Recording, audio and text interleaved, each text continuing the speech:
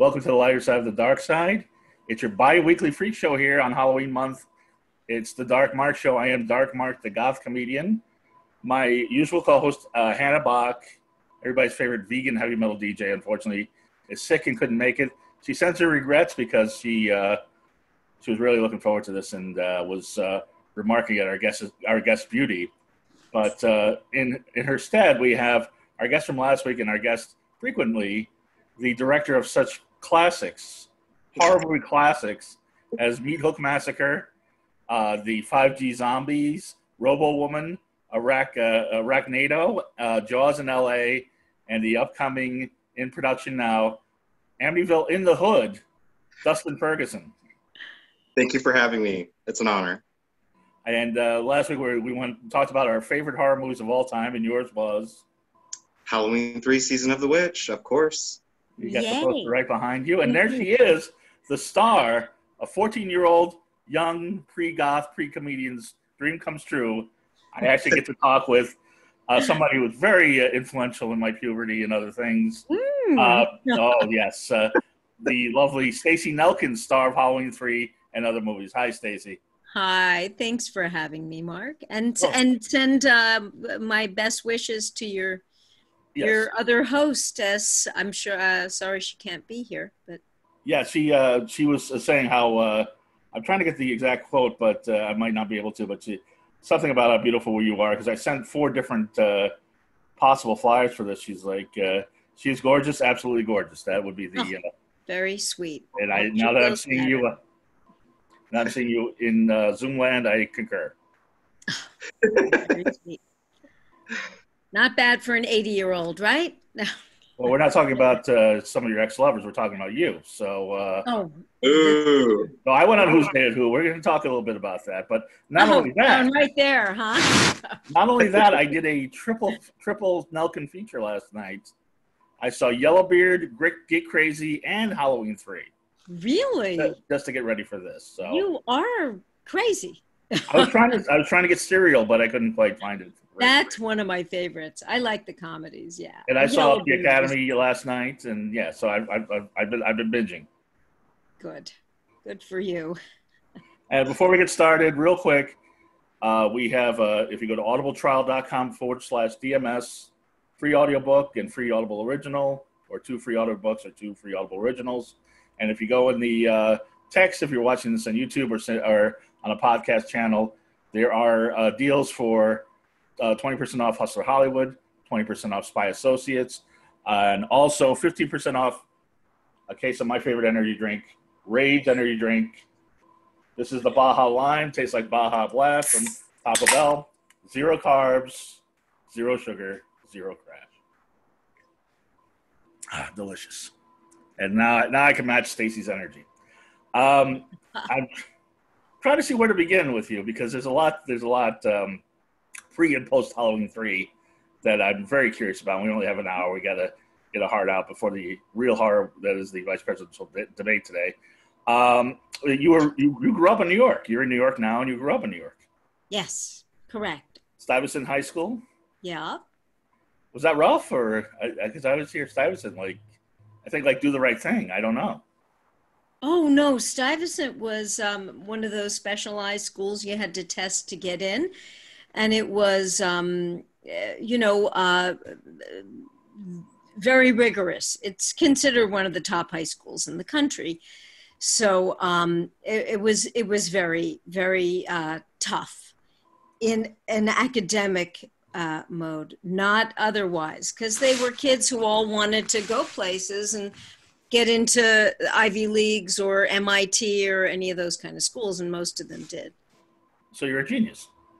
I'm not a genius, but at one point I was okay in math and science and all those things, and yeah. And I was trying to. Your IMDb is very confusing because I'm trying to figure out the first thing, but I guess you were a guest star on a lot of TV shows initially when you started acting, the Waltons and things like that. Yeah. Well, first credit was Chips. I'm sorry. Yeah, your first credit was Chips, wasn't it? Yes, Chips actually was. That was when, well, the first, they flew me out to California to do California Dreaming that John Hancock directed.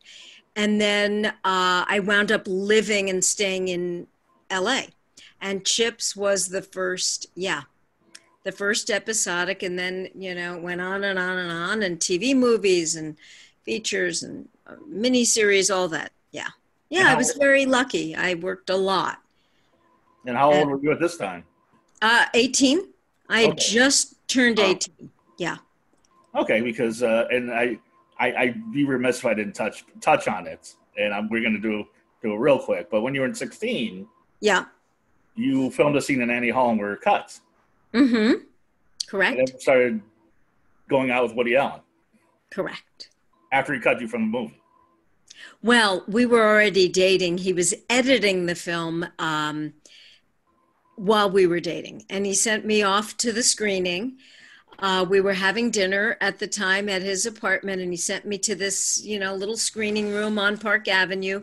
Jackie O was there, and, it was everybody, who was anybody in New York at the time. And then there was me going alone. And he never, during dinner, he kept hinting about editing. But all I had done at that point, was theater, a slew of commercials, maybe a little teeny part in TV here and there. And he kept talking about the editing process. And he never said, Stacey, you're not going to be in the movie, but enjoy it. So I'm watching, and I'm looking, because my part was the 1940s, young Alvy. I played his cousin, which, if you've read his book, have either of you read his book, Apropos of Nothing? I got the news on Audible, okay. So I'm going to go to audibletrial.com/DMS and order right now after the show. It's great. It's funny, wonderful, and I'm very flattered by what he wrote about me, but he talks about his first cousin who had a big impact on his life, and that was when he was a kid, who was a few years older than him, and that was my part. So it was kind of a pivotal part in Annie Hall, because this cousin that he had this big crush on was supposedly the one that kind of inspired all of his future females, in his life. So anyway, I'm watching the movie, and the movie's over, and I'm not in it, and it kind of blew me away a little bit. But you were hanging out with Jackie O. I see what he did. What did he do? You're hanging out with Jackie O and all the big people in New York, and so what are you going to say? It's like, okay, well, I got to speak Jackie O, but I'm not in the movie. Right. I guess, yeah. It threw me, but then I worked and wound up facing the cutting room floor many, many times. That, right. As you know, Dustin, from directing, this is what happens. But Dustin would never cut you out. Oh my God, no. Yeah, you say that now. So you continued dating him after he cut you out of the movie? Yeah. I mean, not other than the fact he was 42 and you were 17 or 16 at the time, or... No, I was 17. Okay, you were 17. 41. Okay. Yeah. Okay, all right. I'm sorry. Excuse me. Well, that makes all the difference. 24 makes a huge difference. Okay. It does. Although between 16 and 17, it makes a very big difference because of statutory rape laws, right. Being under 17. But I was certainly young, willing, and able. Let's put it that way. It was right. An incredibly mutual relationship.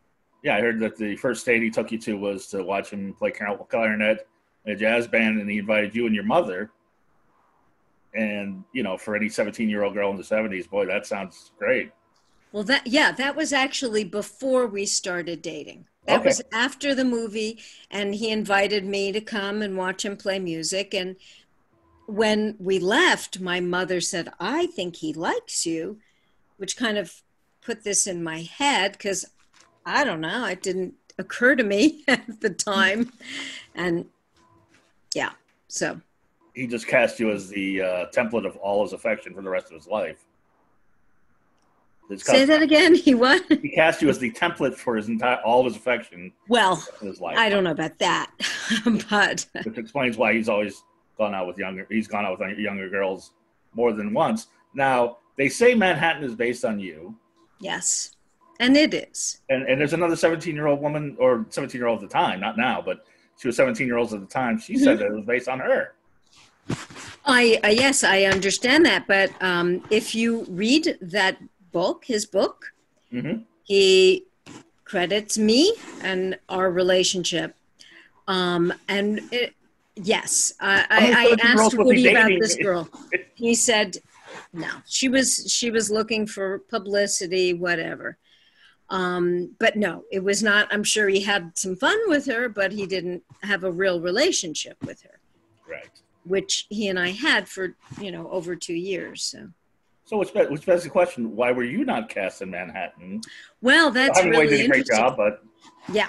Well, so I was already living in LA, having a lot of fun as an 18-year-old would, and supporting myself and, being hot to trot with this one and that one. And he told me he was writing a movie about us. And I said, great, can I play the part of me? He said, no, you're too old. I said, what do you mean? He said, well, no, Tracy is supposed to be 16 and you're 18. And then he cast Marielle, who was 16 or 17. At the time, I was already 19. And Marielle and I once met, and it was kind of comical because she physically, at least, well, in many ways, is the antithesis of me. She's tall and, flat-chested and very waspy and has the Minnie Mouse voice. And, she's very sweet. But, we were completely the opposite. And I think Woody needed to do that to create some distance for himself so it could be funny. So, yeah. It's a movie that could not be made today, obviously. It's really quite something, isn't it? How times have changed, and it's not that long ago, but I guess it is. And right. Yeah, you couldn't do that today at all. And let me just ask you, growing up in New York in the late 70s, did you go to like Studio 54 and all that stuff? Yeah, I sure did. CBGB, did you go to the punk clubs too, or? No, I was never into that punk scene. So when I did Get Crazy, which I'm sure you loved. Yeah, we're going to talk about that. Yeah, that was all new to me. No. I was more like Woody that way. I liked Frank Sinatra and classical music and, the Rolling Stones and things like that. But I wasn't into that punk scene. But I certainly got around with one of my friends before I met Woody. Going into clubs and dancing with, everybody and anybody. We would sneak in, pretend we were 18, we were 14. Rubbing and, elbows. Get dressed up and made up. But you could do that in the 70s. It was, nobody cared. Much more fun time than today, that's for sure. We're so jealous. Rubbing elbows with Andy Warhol and Mick Jagger and all these. Well, you guys, everybody, all of you young people really missed out. It was a much more free, a little bit more dangerous, but it was such a more fun time without all this political correctness, and people were much more free with their sexuality and just everything. And speaking of being a fan of the Rolling Stones. Very different today. Speaking of being a fan of Rolling Stones, did you really date Bill Wyman? Yeah. Briefly, but yes, he was lovely. He used to write me letters a lot, and yeah. Because they say that like he did better than Jagger. He dated so many girls. Yes, he married after we dated. He married somebody very, very young. I think she was like 35 years, maybe 40 years younger than him. But yeah. And her daughter married his son. It was all. Oh, really? Her mother married his son. Yeah. Oh man. Okay. Yeah, it was the whole thing. But in the early 80s, you were just on fire. Yeah, I guess. 1980 especially, you were in, I haven't seen it, but I've seen the trailer Serial, which is, now you've always been into older men, and you seem to be matched up with older men in movies as well. Yeah. Serial, I guess, you, from the commercial, and correct me if I'm wrong, because I haven't seen the whole movie, you get paired up not just with Martin Mull, but the husband from Maude. Bill Macy, who died recently. Yes. Sorry to hear that. Yeah. I had the biggest crush on Martin Mull at the time. I can't even tell you. He didn't look at me twice because he was having an affair with somebody else on the movie whose name shall not be mentioned. She was beautiful. But that was so much fun, that film. Oh, sounds like a Dustin Ferguson set. No, it isn't. Not even. Don't start rumors. No, it's like but it's like kind of I mean, from what I gather, it's about kind of swinging. Yeah. Couple that start swinging and things. Right. It's based on a book that Syra McFadden wrote called The Serial. And yeah, life in Marin County in the 70s, hot tubs and sex and health food and all this crazy stuff. Yeah. Apparently the book was a big sensation. And by the time they got around to making the movie, it kind of, it wasn't such a sensation. Right. Not at all. And then, as I said, I did see Get Crazy. Mm-hmm. Dustin, have you ever seen Get Crazy? I have. I haven't watched it in a while though. Oh, I didn't. I've never heard of it. And luckily, somebody posted it on YouTube. Pretty good quality. And Malcolm McDowell he talks to his penis. Yes, it's a brilliant scene. He was so good. When he brings you on stage, he's got this cod piece that is so oversized. And so funny, yeah. Not only is he in it, but Daniel Stern, Lou Reed's in it. Paul Bartel and Mary Warnoff, who were in every cult movie in the 80s. Right. It's a fun movie. It's just basically about this theater, and they throw a party, and your parents think you're going out in nice little girl clothes, and you throw your clothes on the sidewalk, and you got like a Joan Jett outfit. Right. Yeah. And you walk in and you hook up with Malcolm McDowell, apparently. Mm-hmm. Yeah. And I got to have Lou Reed sing a song to me, which was very interesting because Lou Reed was very dark, very, very dark kind of energy. And he had his wife was with him a lot, or maybe it was his girlfriend. But apparently the day that we shot that, Alan Arkish, the director, told me, he said that was one of the happiest days ever for him. And I went, that was his happiest day? I would hate to see his darkest day because you wouldn't get an inkling that he was happy. Never smiled, never. Yeah, seems like a very serious guy. Oh, yeah. A lot going on in his head. I mean, and probably a lot of depression and all that. But what a musician, right? He was something. Yeah. And through that, not only did I see all the movies, I even went to YouTube and saw the Bette Midler video for Beast of Burden. Well, that came through Alan Arkish because we had just finished Get Crazy, and I was in the city. I was living in LA, but I was visiting in the city, and he called me and he said, I'm shooting this video with Bette Midler and Mick Jagger, and Jeannie Francis from General Hospital, who was a big star at the time, was supposed to play Bette Midler's younger sister. And she bowed out at the last minute. Would you like to come and flirt with Mick Jagger for an afternoon? I said, hell yeah, I'm there. You're overqualified for that. You went out. That's how it happened. And they played that. You guys are too young. This is probably before you both were born, when MTV started, and they played this in 1980. I guess it was 83 or 82, 83. I was alive then. You'd be surprised. Were you? Yeah, you'd be surprised how old you then. But you were a toddler. But anyway. We're younger, but we're not that much younger. Okay. Well, MTV had no content at the time, so they would play it literally 15, 20 times a day. And, of course, we got nothing. There was no royalties. Yeah. No royalties, nothing. So anyway, Bette Midler got all the money. Yeah, probably.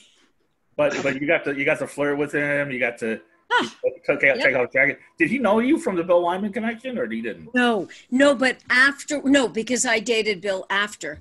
Oh, that was that was right afterward. Yeah. Did you meet him through Mick Jagger, or? No, it was actually through another English friend. expats who were all living in LA, and it was that way. Yeah. So. And speaking of that, as I said, I saw Yellowbeard last night. I've seen that before. Have you seen Yellowbeard, Dustin? I haven't seen that one actually. You got to hear about this cast. Not only Stacey's in it, that's enough for everybody. But you got Eric Idle, Graham Chapman from Monty Python, John Cleese, Madeline Kahn, Peter Boyle, Marty Feldman, Cheech and Chong.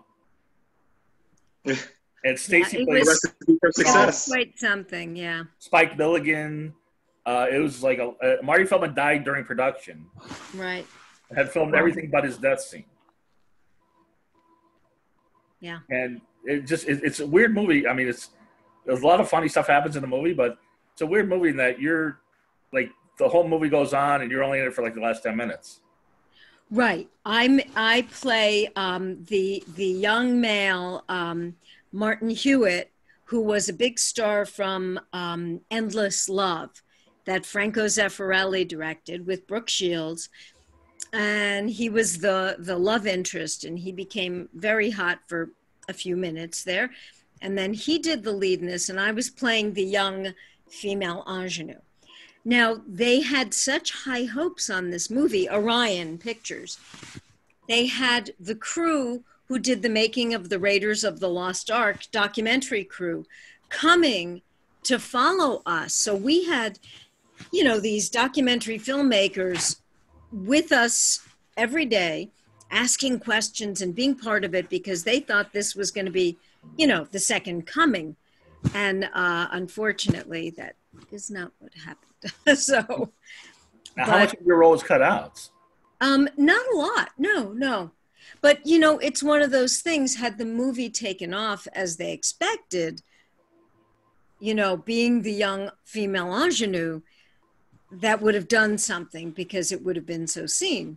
But that didn't happen. But that was my favorite filmmaking experience because Peter Cook, hanging out with people like that and Graham and Eric Idle, and, we'd all get high and improvise together and laugh, until we were, blue in the face. We had a blast.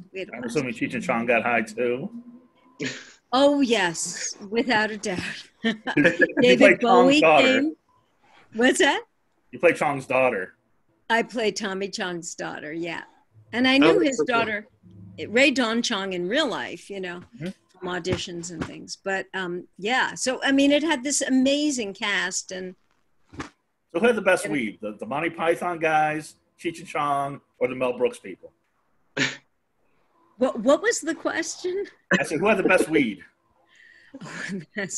I don't know whose it was, but it was good at the time. That's all I can say.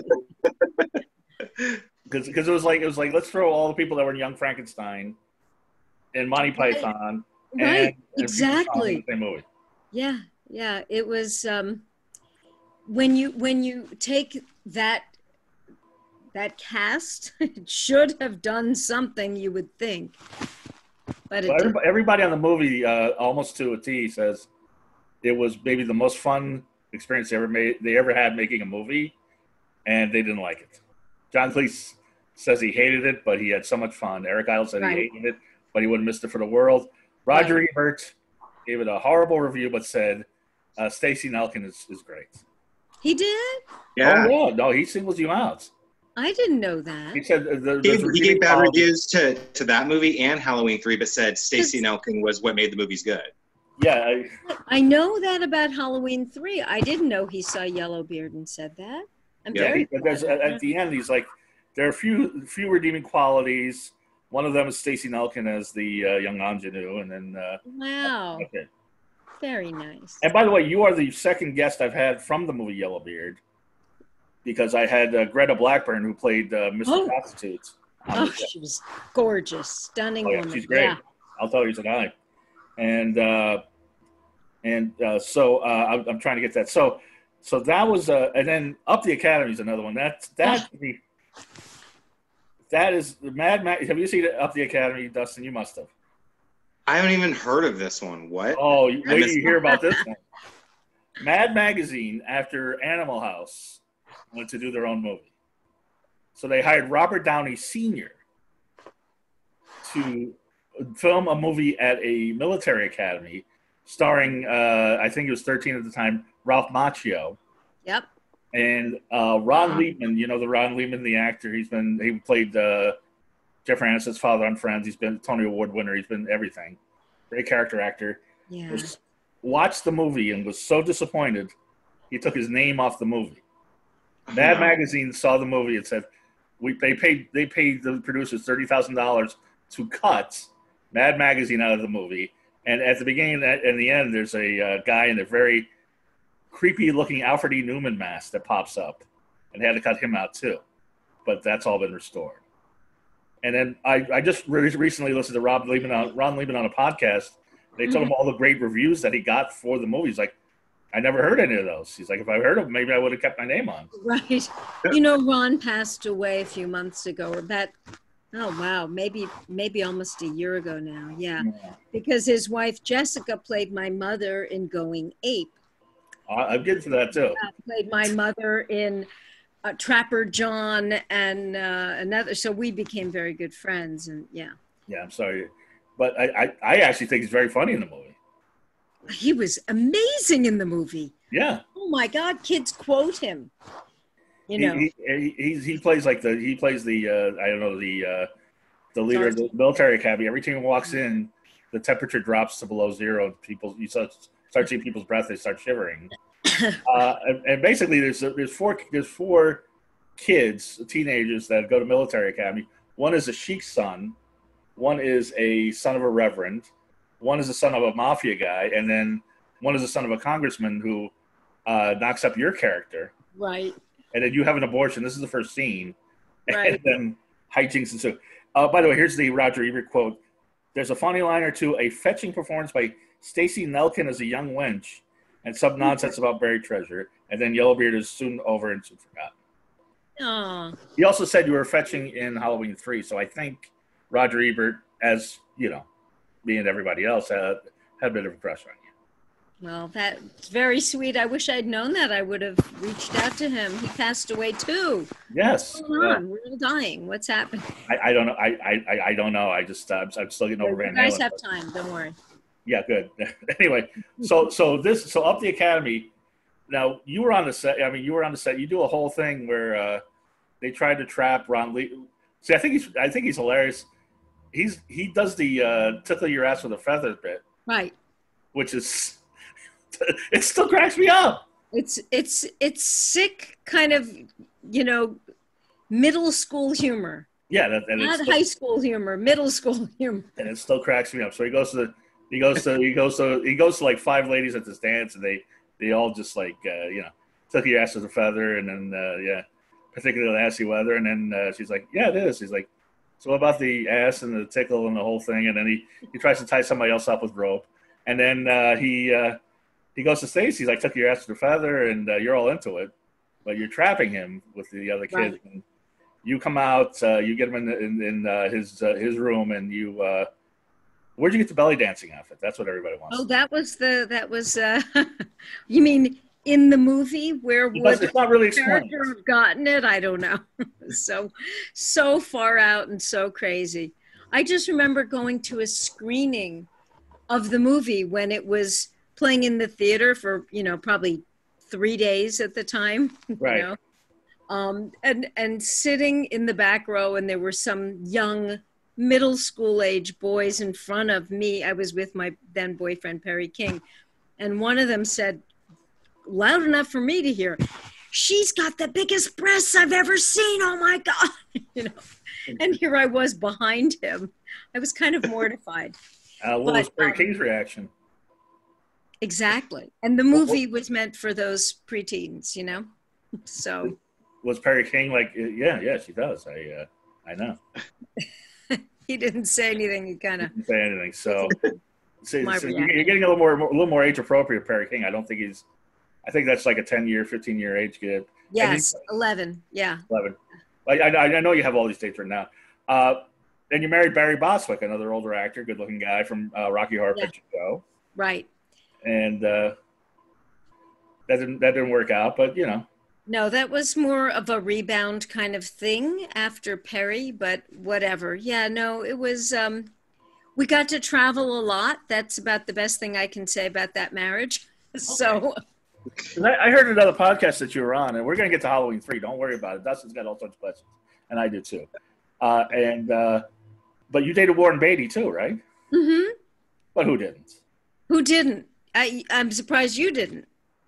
To say I didn't. They did everybody. And what time frame is this? Because it's like. This is it's pre-Madonna, I'm assuming. A little later, after I met Barry. Okay. Maybe before we were married. Yeah. Yep. Oh, okay. Before Madonna, or maybe after Madonna. I can't remember. All right. Yeah. All right, and because I was listening to a podcast, and it was your second husband was called into the podcast. His nickname Scooter or something. Your second husband? Name was Scooter. Is his nickname Scooter or something? They called him Scooter or something. I don't know. That's news to me. You were on some podcast. Well, not too long ago. Okay, with his friends. Yes. Yes. Oh, okay. They knew him from like grade school or something, right? Oh, okay. So to them, he was Scooter. Yeah. It was so sad because he's still in love with you, and it was so obvious. No, I think he has a girlfriend now. I hope he does. Oh, good. I hope he does. Anyway, I got to send this to you, Dustin. It's sad. He's like, they're like, oh, you got to commit to a girl. He's like, I did commit. I committed to Stacy, and yes, he didn't want to go further. He would. If he would start crying if he went further. He was just all like, you'll meet an extraordinary girl. You'll meet the one. He's like, I had the one. I was Stacy, and see, this is the effect you have on men. Hardly. I don't know. There's always another side to it, but anyway. Oh, I'm sure. There's another side to everybody. Don't worry about it. That's why I put this side out. And you've got your dark mark. Yes, that's why I put this side out, so that the side that you're not looking for is going to be the nice side. And then I've had people like disappointed that I was so nice, actually. Really? You'd be surprised, because I know your relationship. She's like, really?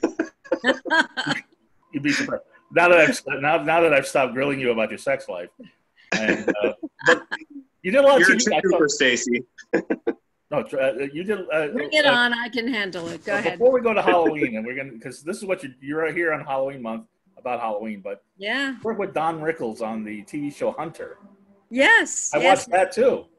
How was he? What am I hearing? He was actually very nice, which you would not expect, right? Because he was always so kind of nasty. He was very nice. We sat together a lot in the makeup room, in the makeup trailer, and no, he was very nice, and he would tell a lot of jokes, and but that whole nasty kind of hyperactive, sarcastic thing, that was just his persona, Right. Yeah. And then before we get what we're really talking about, I'm exhausting you. I've been researching you so much. I've got so much to talk about. Wow. Blade Runner. Yeah.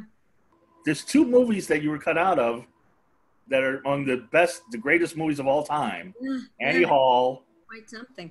And Blade Runner. Yeah. You were this close. Yeah. Do you know this, Dustin?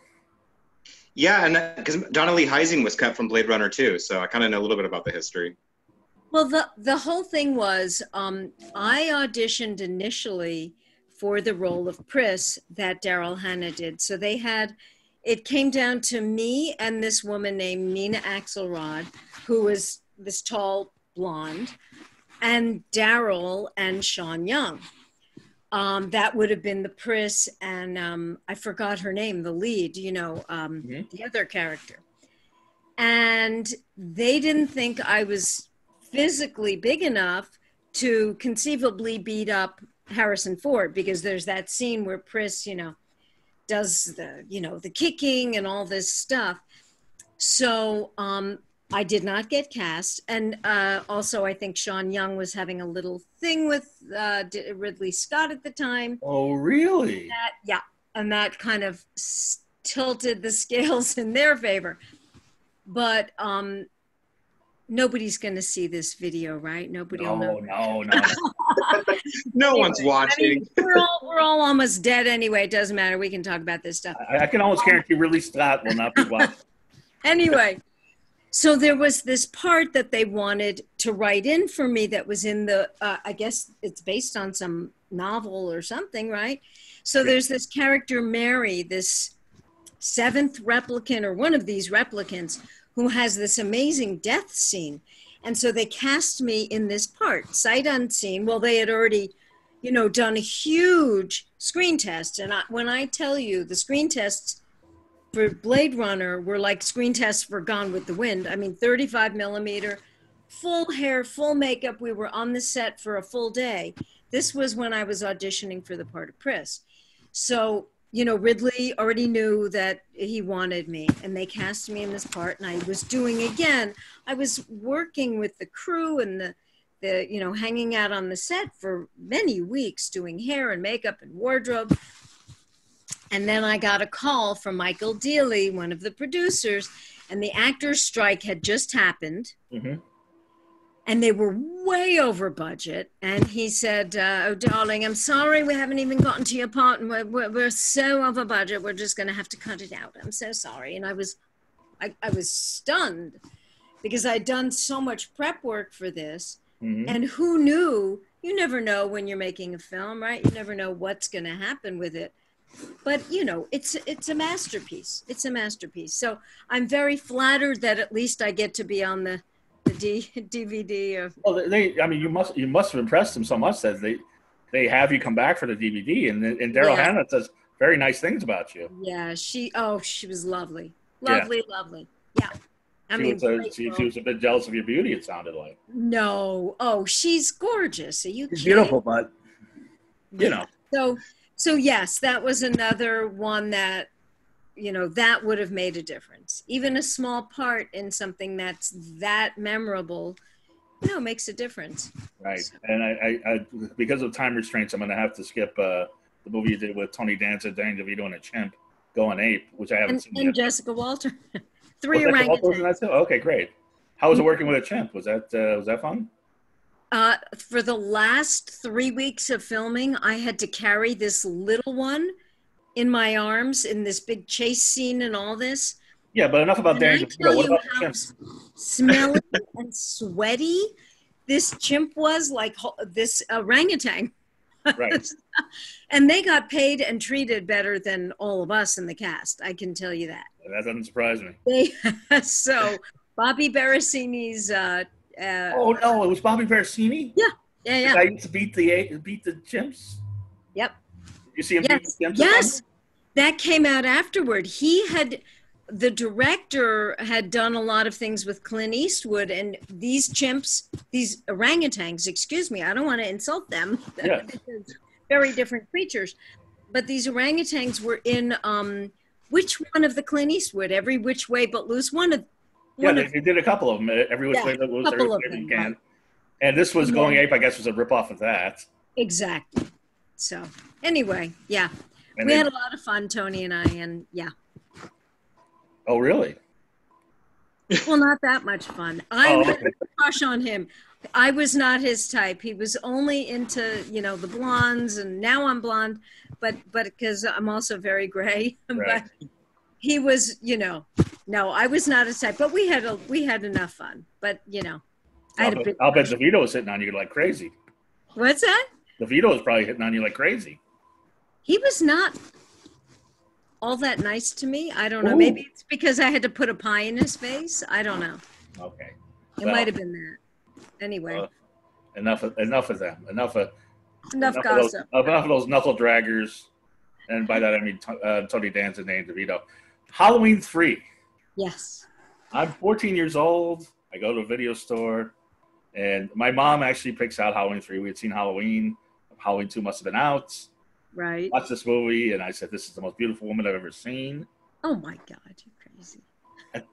That's the first email I sent to you. And it's true. Wow. This was a few years ago. So sweet.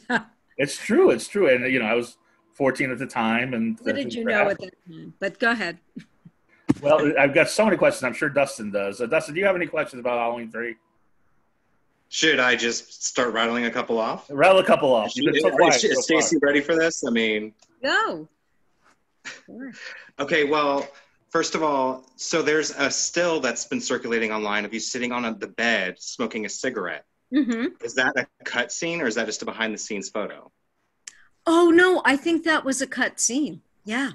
Do you remember much about it that was cut?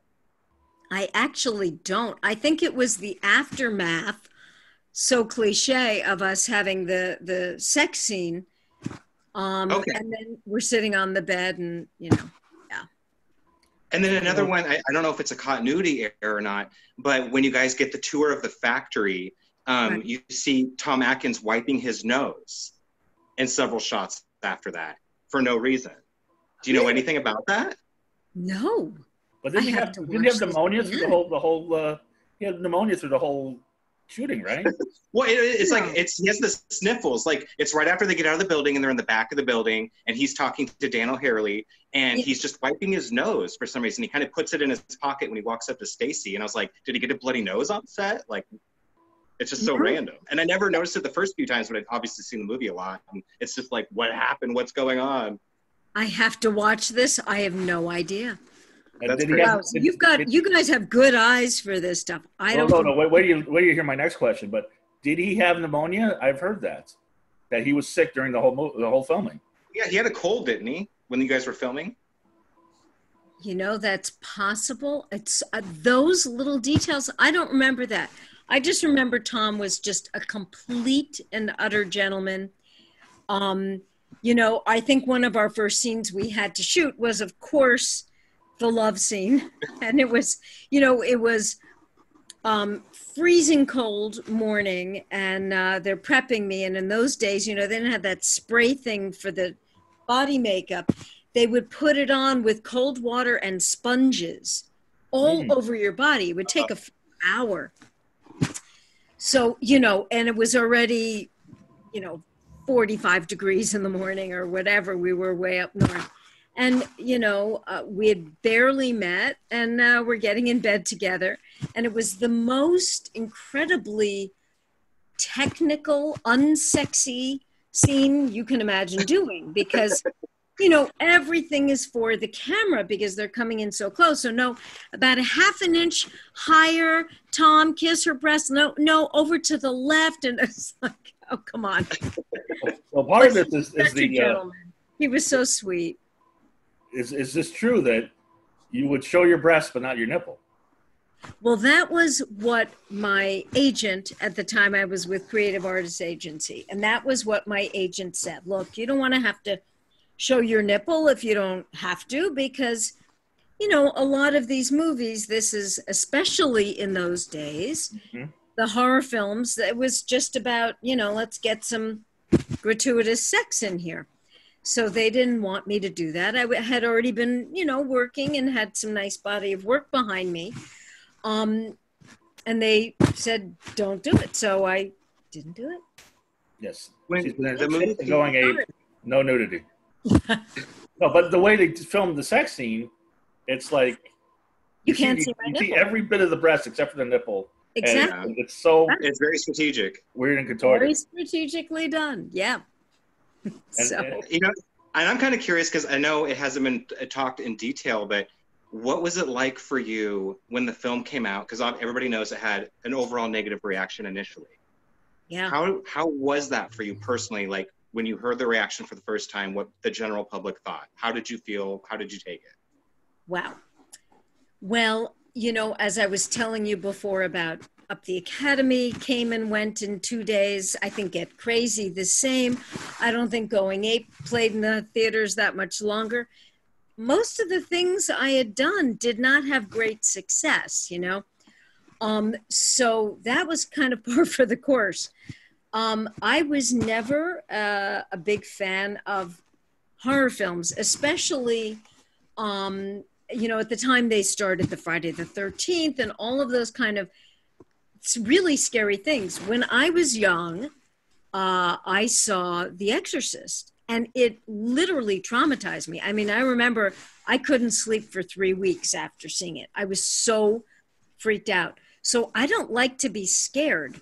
So horror films were never something I would go to see. So I wasn't surprised that it didn't do well because, you know, most of these kind of movies, they really didn't have a big following. And I guess Halloween 1 did, but it was kind of one of those flukes, you know, because there was so much production of these kind of films. I think it's the lucky ones that actually, you know, get seen and become some kind of cult film. So I didn't have high hopes on it. I didn't think it was going to be some huge hit, but it's only in retrospect now, you know, that people say they love it. Well, and how does that make you feel? I mean, with the reaction to it being now? That is the most amazing thing, Dustin, because none of us, Tom had done a bunch of things, you know, with John Carpenter, some pretty successful, some not, you know, so I think as an actor or an actress, you're always surprised when something actually takes off like this. It's incredible. I mean, that's how I've, you know, gotten to, you know, go to all these conventions, really only because of Halloween 3, not because of any of the other films that I did that, in all honesty, at one point I was certainly more proud of because, you know, they had these big casts and famous people in them already and famous directors. And this was a little, you know, film that kind of got thrown together with a lot of creative spirit behind it. You know, Tommy Lee Wallace, amazing. And it's found this following. So I actually love the film and I like it better, you know, after I did it. Well, actually, before I got cast, I saw Halloween 1, which also gave me nightmares. And then I saw Halloween 2, and I went, okay, I see what they're doing. They want to show tits. They want to show, you know. So this one I love because it's different. It's much smarter. It's more sci-fi to me. You know, it's more like Invasion of the Body Snatchers or something. It makes you think a little bit. There's a love story. There's a love story, exactly. But you've only been in one horror movie, and you're a horror movie icon. Well, that just flips me out. I don't think I'm an icon of anything except maybe to my kids. But well, I think it had, you know, what's finding the audience with it now is that it, like you said, it's an intelligent film, and I think audiences are obviously expecting something different. I think that the promotional materials for Halloween 3 maybe misled audiences and not letting them know what they were getting. And so which was probably a marketing tactic because maybe they were worried about it. Right. But you know, what's interesting though, is that it has so much to say about like the effects of advertising, you know, on children and how you can just have a theme song that gets stuck in your head and they'll want to buy it, you know, and be brainwashed. And it's so relevant throughout time, especially today with how advertising has become. And so I think that maybe that's why it's found its following now, is that people are starting to connect and pay attention because they don't care so much now that Michael Myers isn't in it. So they can have a more open mind and kind of discover the film now and be like, what? I didn't know it was like that. Right. Great point. Totally agree. Yeah. Yeah. It has it has messages in it. Certainly where the others, you know, they just want to scare you. Well, and there's so much artistry, you know. What's that, Mark? There's cameras in the streets. Yeah, the surveillance cameras. Dude, that was unheard of. Yeah. Well, and I'm always talking to people about, and a lot of people don't realize this, that's the last film in the series that was shot in the anamorphic cinemascope ratio. Like it's a very artistically shot film, and that was the last one in the series to do that. And it's what I really appreciate is the art and the atmosphere and mood of that movie. Yeah. Oh, Dean Cundey is amazing. Oh, yeah. An amazing cinematographer. Yeah. Which leads me to this question. They really elevated it. Which leads me to this question. Why did Tom Hatkins have a hanky in his back pocket? No? Maybe it's because of the cold that he had. He had the sniffles. Maybe it's connecting together. Because we're figuring this out right now. Stacey might have had an inside thing on that. I honestly, if he was sick, I honestly didn't know. Well, I think in the interview, he said he just got run down because the chase scene where he's being chased by the factory workers went on, and apparently there was a lot more to it. And he said he just got real worn out from that. Yeah, that makes sense. Yeah, there was a lot of night shooting, a lot, Right. and cold and damp, and yeah.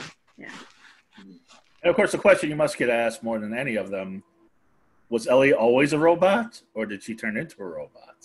Come on. Yeah, you got to clarify this. I don't know. I think you got turned into a robot, but I feel like the amount of time that happened when you were captured logically doesn't seem like it would work. But it's not like it matters. But there's so many people that think you always were a robot, but you were so much more conscious before the end. Yeah, so that's what happens to the original Ellie if she's turned into a robot. Yeah.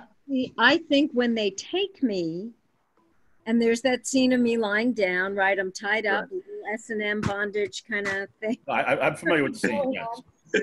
I think that's what I always assumed. And I continue to assume that. And I assumed that when I was doing it, that was when the transformation happens. It never even occurred to me that throughout the film, Ellie would have been a robot. Never. Because there's an obvious shift in your character at that point, obviously. I don't think you speak at all at that point, so. Right. And then there's the wonderful scene where your head is decapitated, and I'm assuming you were just standing in a hole and they had you like with the head like this. It was so amazing how they did that. You know, today they would do it all green screen. But in those days, which is not that long ago, but with, technology, it's, ancient history, they had this platform built, with a hole in it, 2 holes, one hole here and another hole like 5 feet away, grass covered, so it looked like the outside. And my body double, who had been wearing the same outfit I was wearing for several weeks, because it was that chase scene, which took a long time to shoot.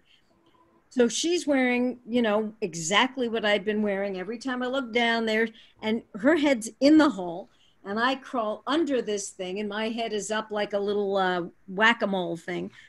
And there I am, and I'm looking over at my body, and, from the butt, and she looked just like me and in the same clothes. It was so freaky. I can't even tell you. Very cool though.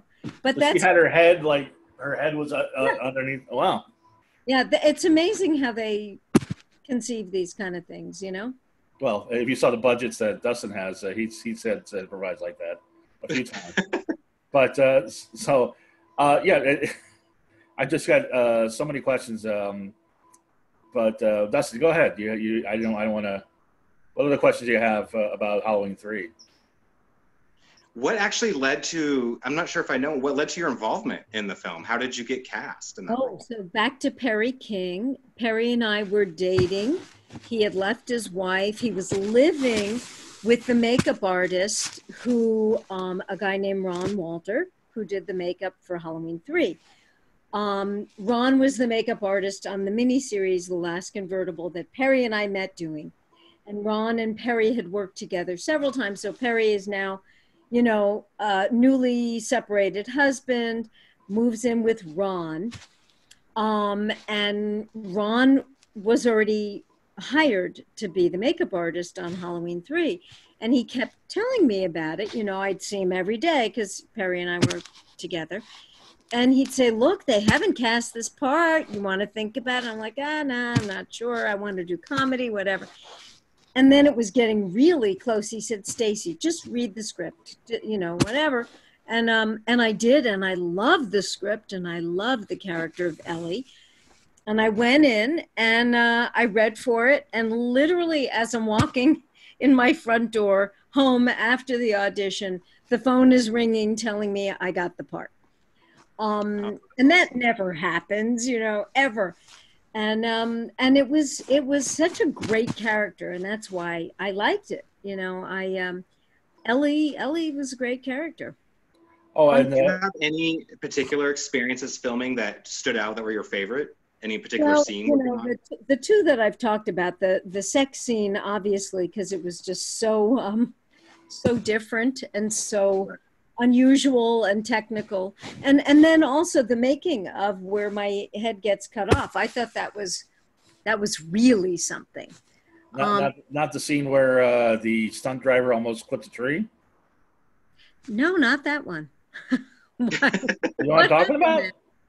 was I in the car? You say on the DVD, the special edition, that Dick Warlock was driving, and you guys you didn't hit a tree, but you scraped a tree. Oh my God, I totally forgot about that. Yeah. Was We it know more me? about you than you. You realize. I told you that, or did Dick mention that? Well, I think you both talked about it. But it was probably Dick's memory better. I'm not, yeah, wow. Do you remember Dick that? is great, yeah, wow. Well, another thing that stands out about making the film was the town. The town was really like what it looked like. It was haunted and eerie, and the town was up for sale not that long ago, and nobody bought it. Nobody wanted to buy it because they all felt like it was haunted. That's super crazy. All very strange, and I don't know, from the Salem witch trials time, everybody checking each other out and paranoid and weird, and it was a very strange vibe in that town. I actually filmed at the gas station in one of my films. I mean, I had to. Oh yeah, I seeked it out. I looked it up online and found the location. I'm like, I have to have a piece of Halloween 3 in this movie, and so we went and filmed there. I love it. Did you think that as well? Oh yeah, it's definitely got a creepy vibe, and a lot of it obviously over the years has changed. A lot of it's fenced off and under construction. I think they're tearing so much of it down now. Oh wow. Oh, that's kind of sad, I think, but it is. And the factory's in shambles now. I mean, it's so old, I guess. Yeah. Wow. And what movie is this, Dustin, that you filmed? Tales for the Campfire 3 last fall. Oh, okay. I'll have to look out for that. But the meta thing that's great about Halloween 3 is that you're having sex with Tom Atkins, and in the next room over, and I'm sure they filmed these things separately, is Tom Atkins' wife at the time. That's right. Is dying. She gets killed, and then Tom Atkins is like, "Hey, what's that?" And you're like, "Who cares?" That's so it's so meta. Yeah. And man, now we know you were living that with Perry King at the time. So now, except for Bullets Over Broadway, when he finally cast you in something, you retired from acting. Why did you do that? No, acting retired from me. I didn't retire from acting. Really. Well, I moved back to New York. Right. I worked with Woody 3 more times. He cut me from 2 other movies, if you can believe it. Okay, I'm not getting his book anymore. Forget it. I know, really, Deconstructing Harry and Celebrity. But I know I did a lesbian big chill film called Everything Relative. Okay, wait. And I'm trying to remember, some theater and commercials and all that. And then I, got married for a 3rd time and had 3 kids and kind of went, well, if it's not happening. But I did do a really fun short film about 2 years ago called Dante and Beatrice, or Beatrice and Dante. I can't remember, but really funny. It's short. It's, 10 minutes, 12 minutes. And you became a relationship expert, and you've been on Fox News, Bill Cunningham Show, all sorts of shows. And I'm a substance abuse counselor now. That's so great. I work doing that. Yeah. And I mean, I hate to bring this back up, but because I know you're from Halloween 3. Dustin knows you're from Halloween 3, and all the other great movies we see you in. Every now and then I put on a movie, and wow, Stacey Nelkin popped up. Rodrigo was right. She was fetching. But does it bother you that the time that the only time you seem to be brought up in the media is when Woody Allen is in the news for something crazy? They just seek you out rather than what you've achieved on your own. That's got to annoying.